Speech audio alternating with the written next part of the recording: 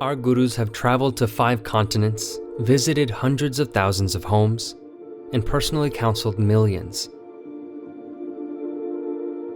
Whether through letters, phone calls, or personal meetings, they have guided so many people.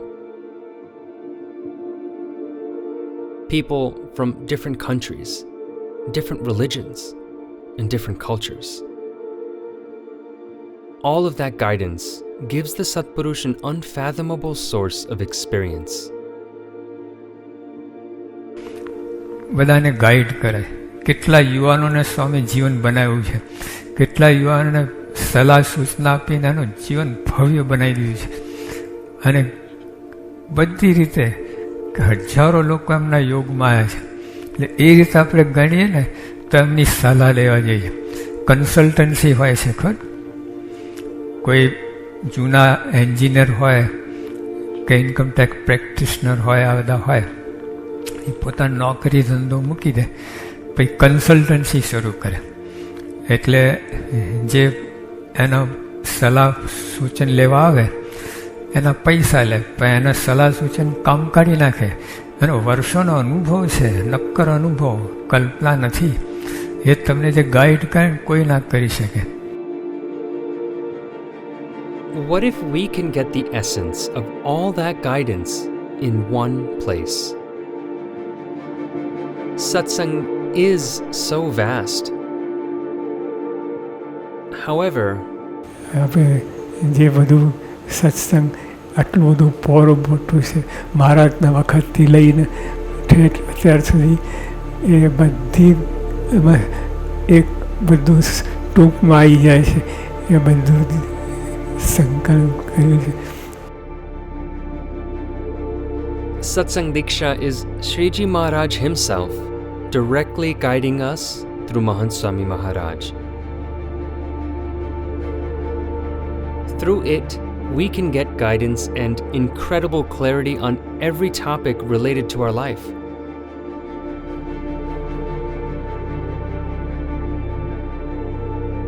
What is the purpose of my life?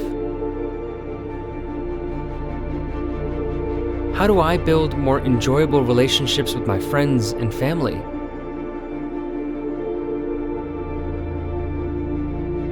How can I protect my satsang?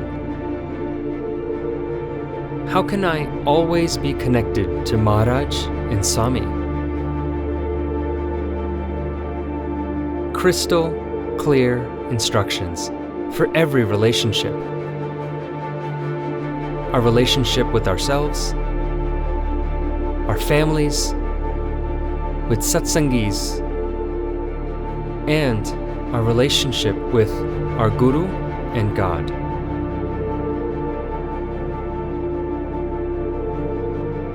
We can ask all of our questions to Swami Shri, and through Satsang Diksha, he provides us the answers. Satsang Diksha is our personal goshti with Swami Shri.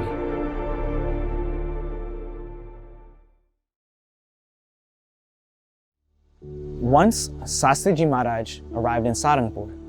He asked one of the wiser Swamis at that time, Sant Vallabh Swami, a simple question.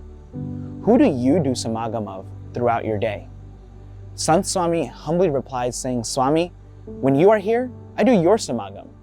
But when you're out doing vichran, I do the samagam of Shiji Maharaj, Gunatitanand Swami, and Nishkudanand Swami. The people listening into that conversation were amused by that answer, because none of those people were alive at that time. Sant Swami clarified by saying, by reading the Vachamrut, I do Shiji Maharaj's samagam. By reading the Swamini Vato, I do Gunatitanand Swami samagam. And by reading the Nishkudanand Kavya, I do Nishkudanand Swami samagam. Our great Santo have always said that by reading the scriptures, we are doing samagam of Maharaj and Swami directly. And today, we have the Satsang Diksha, which has given us all the opportunity to do constant samagam of Mahant Swami Maharaj. So therefore, in today's Sabha, we will be doing a goshti with Mahant Swami Maharaj, discussing our relationships in our families. As Yuva, we all have various roles in our lives that we play: brothers and sisters, mothers and fathers, children and grandchildren. And with all of these roles, our responsibilities are different. Swami Shri has given us an instruction manual to help us make the most of these relationships. Remember, these are His words, written directly to us. So to explain these words in greater detail, let us invite Ujya Bhaktivardhan Swami.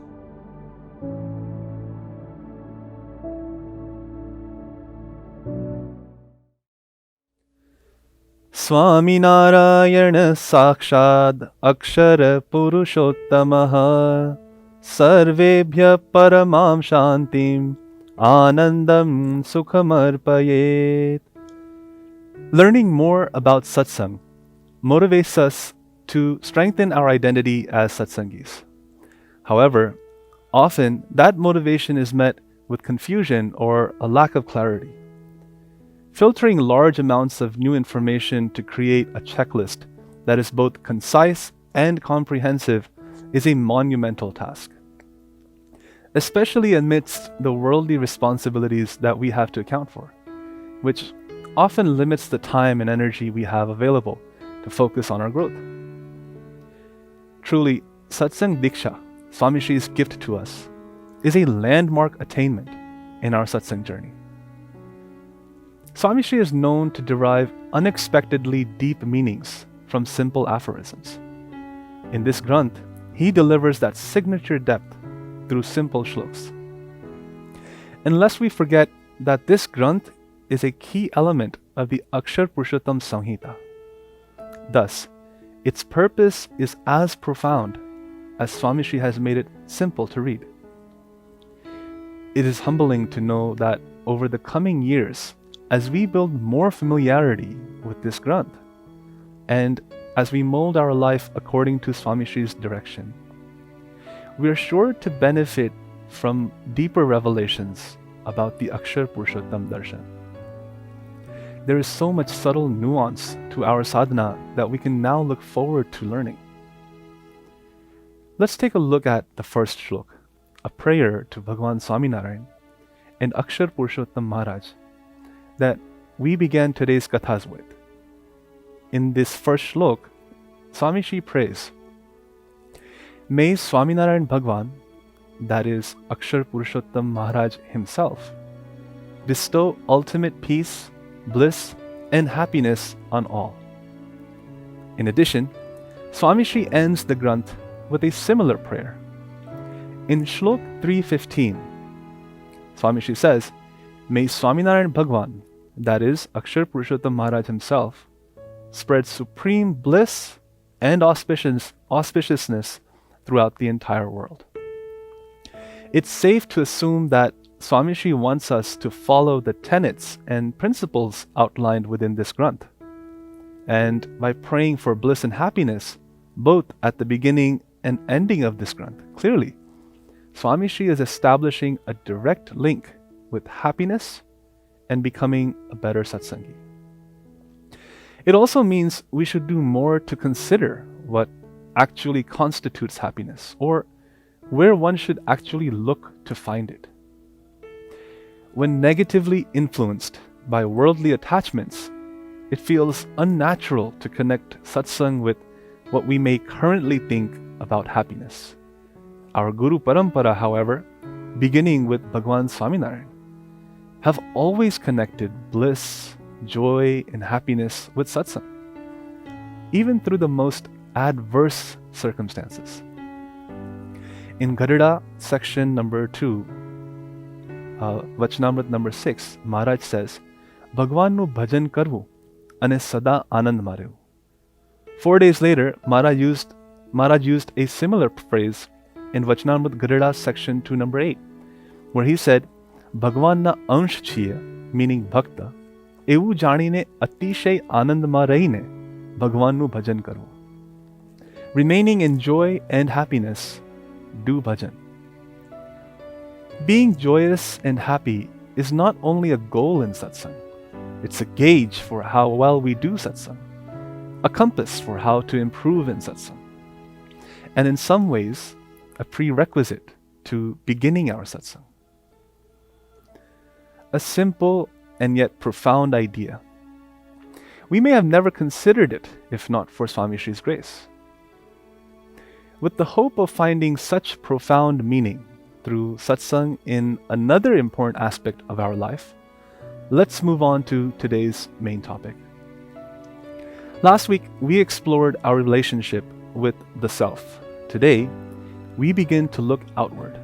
As an integral part of our mastery of Dharma, we shall explore how Swami Shri has outlined the means to strengthening our relationship with our own family. In 1974, research was begun on a still ongoing project sponsored by the University of Nebraska called the Family Strengths Inventory. As of 2008, its findings had been validated by research with more than 24,000 family members from 35 different countries. Its findings highlight 6 categories where strong families excel. 1. They spend enjoyable time together. 2. They express affection and appreciation for each other. 3. They communicate effectively. 4. They demonstrate strong commitment to each other. 5. They share a system for spiritual well-being that backs a common set of values and ethics. And 6. They engage with stress and crisis with resilience. Using this framework, let's take a look at some of Swami Shri's guidance for us on how we as individuals can contribute to our family's strength. The first category where strong families excel, they spend enjoyable time together. In Shlok 176, Swami Shri instructs us, householders should joyously eat meals together at home and provide hospitality to guests according to their means. Many inspiring families in our satsang eat at least one meal together every day. Sometimes these households have more than 10 family members. There are others where if a family member comes home late, other family members who may have eaten already come to sit with that family member and spend time with them to make sure they aren't alone. In the modern world, everyone, right down to preschoolers, can easily become too busy to make time for family. Swami Shri directs us to make adjustments to our schedules so that they allow for this important activity. With food being both a basic necessity, meaning a way to calm the pain of hunger, and often a source of joy and fun, Swami Shri wants us to see this as something we should center around the idea of family. There may be times where someone's class schedule or job schedule may not match the rest of the family. Still, Swami Shri's direction should inspire us to find a way so that no one in our family should have to eat alone. In the modern world, when considering food, it may be natural to focus on its potential for nutrition, taste, and perhaps art. But Swami Shri reminds us of our satsang tradition, which strongly associates devotion, sharing, and hospitality to food as well.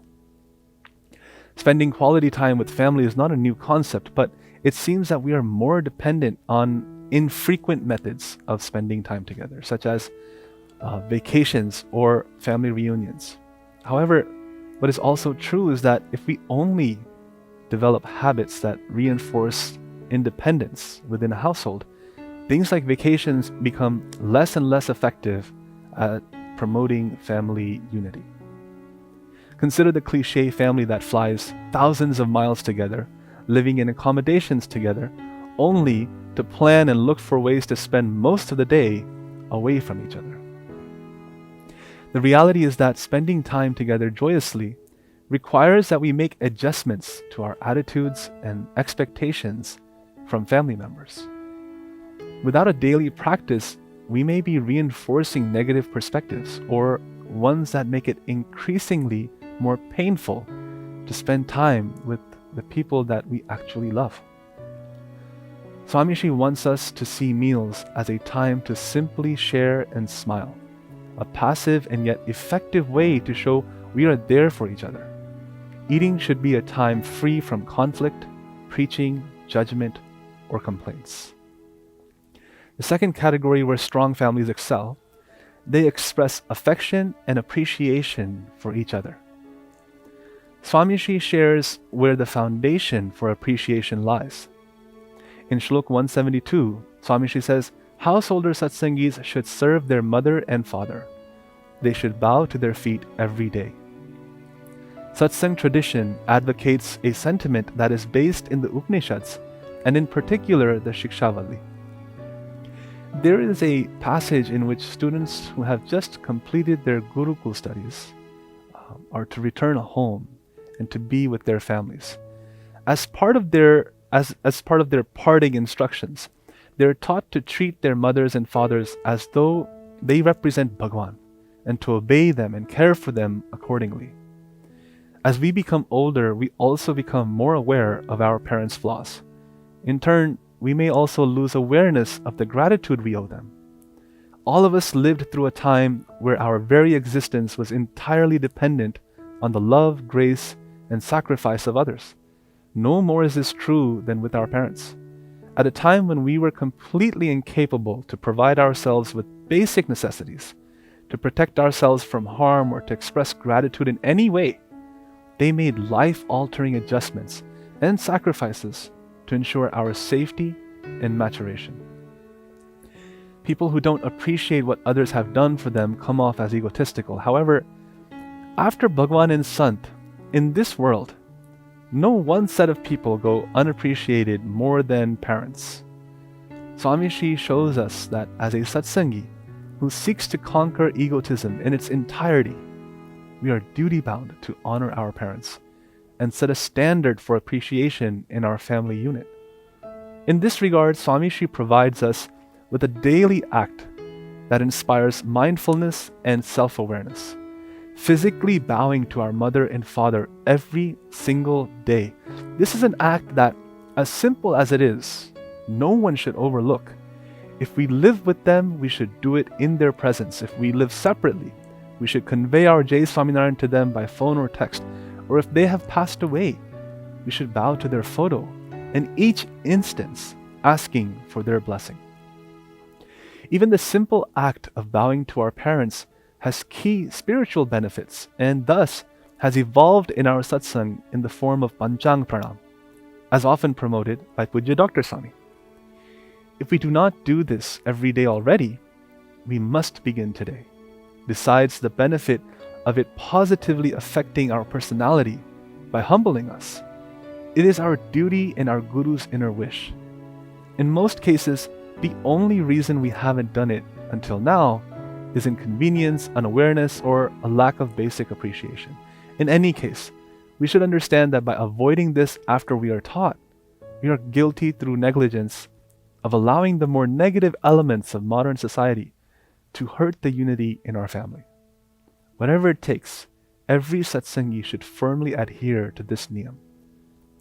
In Shlok 173, Swami Shri says, a daughter-in-law should serve her father-in-law as her own father, and mother-in-law as her own mother. A father and mother-in-law should care for their daughter-in-law as they would for their own daughter. It is interesting to consider that the institution of marriage could benefit by satsang concepts such as not self-identifying as the body. In a sense, marriage requires that from us from the reverse perspective. Swami Shri here is telling us that through affection and appreciation, to establish our in-laws as if the phrase in-law did not exist. The third category where strong families excel is that they communicate effectively. Quickly looking at Swami Shri's instruction in Shloks 162 to 166, we see what Swami Shri says about speech in general. Swami Shri says, one should speak words which are true, beneficial, and loving. One should never falsely accuse any individual. He says one should never utter unpleasant speech that is offensive, hurts its listener, and is defamatory, harsh, or hateful. Swami Shri says one should never speak untruth. One should express truth that is beneficial, but not utter even truth that may harm others. And if extremely necessary, it is acceptable to convey the truth with pure intent to an authorized person. With those things in mind, let's take a look at Swami Shri's specific instruction regarding communication with family members. In Shlok 175, Swami says, one should speak pleasantly at home. One should renounce bitter speech and not harm others with malicious intent. In Shlok 170, Swami Shri says, one should never argue or quarrel with anyone. One should always be well-mannered and remain calm. In 171, Swami says one should never be harsh in speech, action, thought, or writing. Swami knows that at times, home becomes a forum for some of the most unrepressed expressions of emotions. There are times where it is important to express a need for change or help. However, we should not forego our identity as satsangis to do so. Being a satsangi means that when encountering others, our intent should be mutually positive and that our actions should match our intent. Contributing to a stronger family requires that we are empathetic and that we remain mindful of others to effectively present our views. As the late Stephen Covey has said in The 7 Habits of Highly Effective People, seek first to understand, then to be understood. This is only possible if we adhere to Swami Shri's boundaries placed on how we communicate. This shouldn't prevent us from sharing our views, but it should force us to think more about the situation and find ways to present them in a way that is mutually beneficial. It forces us to adopt a more objective view and become less self-centered. The more positivity we put out into the world, the more we get back. And this is especially true at home. Yes, there are circumstances where this may take some time to take real effect. And yes, there are times where difficult conversations need to be had. But that is when Swami Shri's guidance is most crucial. In the family environment, our goal in these scenarios should be to transcend shallow desires for revenge or justice, knowing that they will ultimately only bring more unhappiness later on. If our goal is a happier home, then we should take great care in how we communicate. As any habit, it may seem a bit forced at first if we are not used to it, but with practice, it's not hard to avoid the type of language that hurts other people. The less frequent it becomes, the more genuine our apologies will be as well. And anytime we use an apology to help correct a mistake we've made, we all hope that the person receiving the apology will see it as sincere. A significant part of the reputation we need for that comes from how we communicate. The fourth category where strong families excel is that they demonstrate a strong commitment to each other. Commitment is expressed through our action, even more than our words. In Shlok 174, Swami Shri says, householders should diligently nurture their sons and daughters through satsang, education, and other activities. They should affectionately care for their other relatives according to their means. It doesn't have to be all of the time, but it should be regular and reliable. The effort we make for family members often requires some sort of sacrifice. To be committed requires that we become good at identifying priorities, identifying what is important to our family and making ourselves available in times of need. Our Guru has accepted us and made himself available to all of us despite the vast disparity in our satsang level. Today, satsang has grown so much that if the Satpurush had stipulated that he would only interact with satsangis who have passed Prajna 3 with honors, there would still be long waiting periods before anyone would have a chance to see him. Instead, Swami Shri accepts us as his family, overlooking our flaws and continuing to encourage us to get better, so often teaching us the same lessons that we have failed to learn due mostly to a lack of effort. He never rejects us when we are enthusiastic with sarcastic taunts. He never gives up on us saying we aren't worth the effort. He never complains that we don't allow him to have time to do what he wants to do. Our satsang is almost completely dependent on the commitment He's made to us. It is the part of satsang that we all have the most confidence in, that Swami Shri will be there for us, and that He will never give up on us. This is the feeling we want to inspire in our family members when they think of us as well. But we have to make choices that sometimes puts others ahead of us. We have to mature from the need to pass time in frivolous activities. We have to keep the promises that we've made. The fifth category where strong families excel, they share a system for spirituality that nourishes a common set of values and ethics. In Shlok 179, Swami Shri says, from when a child is in the womb, one should instill sanskars and conviction in Akshar Purushottam Maharaj by reading the sacred texts of satsang and through other noble acts. In 178, Swami Shri says, one should always impart sanskars to one's sons and daughters by teaching them the divine principles of satsang, good conduct, and virtues. Our gurus have obviously invested heavily into the development of young Hari Bhakto in our sampradaya. Bal Mandir, Kishore Mandir, Yuvak Mandir, Gurukuls, Vidyalayas, colleges, scholarships, adhivishans, conventions. Swami Shri has not just built mandirs, he has built centers for development where future generations will continue to grow spiritually from the wealth of wisdom that satsang provides and otherwise as well. Still, all of this is meant to supplement and not replace the work that happens at home. Research has shown that so much learning happens in the early stages of development during a child's early youth. It is crucial that family members, especially mothers and fathers, actively engage with children in a way that nourishes their satsang.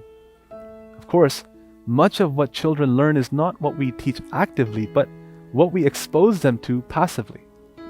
If our home environment is one where people speak to each other respectfully, tolerate each other's flaws, help each other in times of need, share, minimize screen time, and promote joyous participation in devotional activities, children will have the ability to grow in ways that surprise us. Swami Shri's instruction on this is not meant to be just concentrated to early childhood. He's given us a way to sustain the environment we want to promote passive learning at home forever.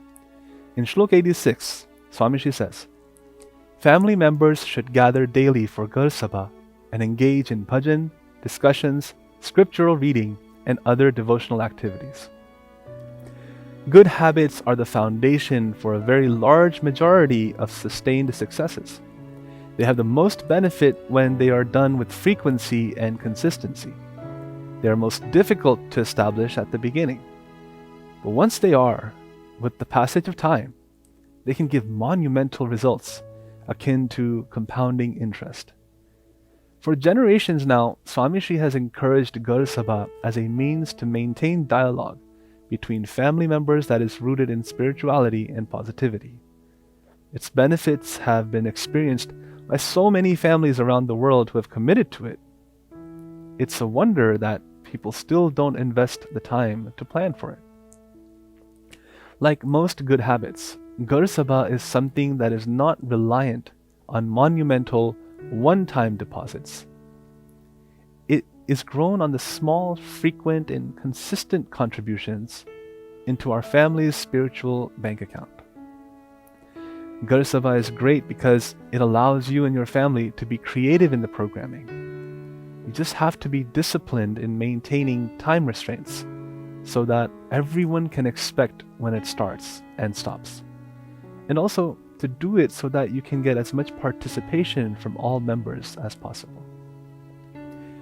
The last category where strong families excel is that they engage with stress and crisis with resilience.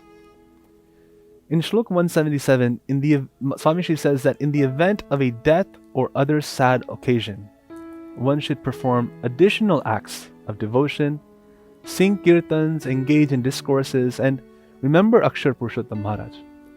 In Shlok 280, Swami says, in difficult times, one should remain patient, offer prayers, persevere, and keep firm faith in Akshar Purushottam Maharaj. Satsang Diksha educates us on the need and means to becoming resilient. It encourages us to make prudent decisions, never to live in regret, learn from our mistakes, and persevere. Swami Shri reminds us that our perseverance is sourced from our refuge in Akshar Purushottam Maharaj. In Shlok 46, Swami says, "My hindrances, sins, flaws, and bad qualities will certainly be destroyed. I will surely attain peace, supreme bliss, and happiness." In Shlok 47, Swami says, "This is because I have attained the manifest form of Akshar Purushottam Maharaj. With his strength, I will surely overcome misery." Satsang teaches us that there is no permanent failure. Our destiny is to persevere through obstacles on the backing of the Satpurush and Bhagwan Swaminarayan's promise that for a Satsangi, no effort is ever wasted. Everything counts, every struggle, every niyam followed, every good decision, every challenge, every time you get up after you fall. Everything. It all contributes to our personal satsang journey. With that in mind, a satsangi should meditate on the fact that results are Bhagwan's responsibility, Swami Shri's responsibility. Our only responsibility is the effort and struggle. We should support our family in the same way. There is no giving up for satsangis. We should be there to pick up each other. We should pray together, work together, support each other, lift each other up. Many of us may have had the great privilege to have seen the London Mandir 25th anniversary program. If you haven't, you should definitely see it on the BAPS channel. It's titled London Mandir 25th Anniversary Finale Celebrations.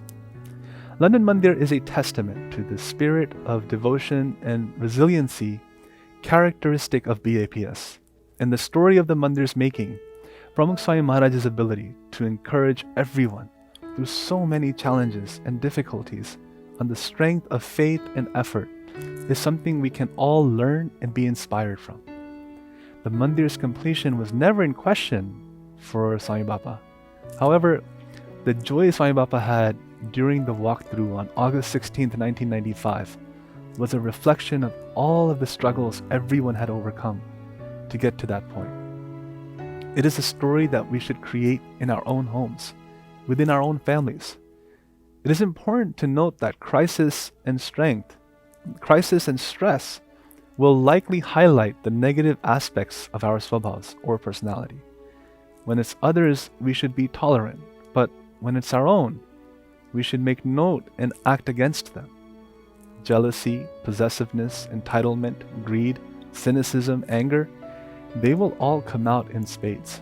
This is why Swami Shri tells us to listen to Katha and Bhajan during these times.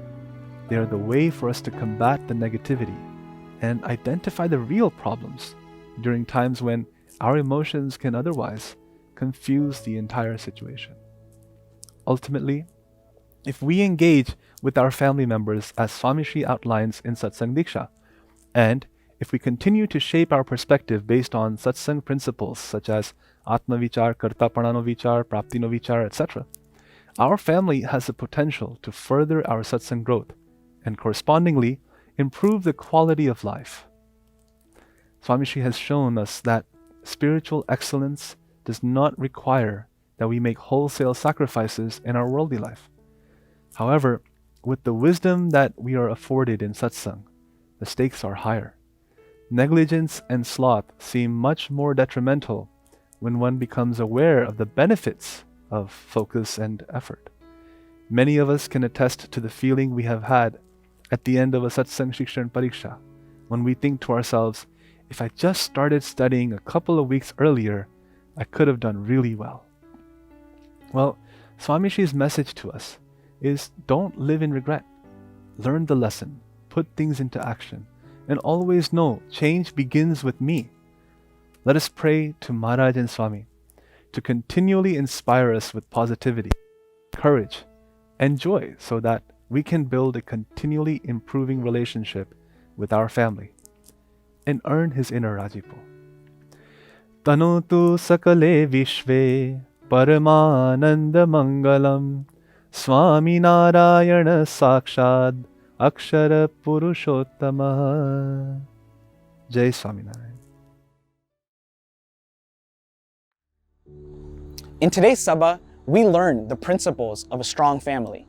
Presence, appreciation, communication, resiliency, and commitment are some of the main points Bhaktivardhan Swami talked about as he explained that we are the ones that need to imbibe these qualities.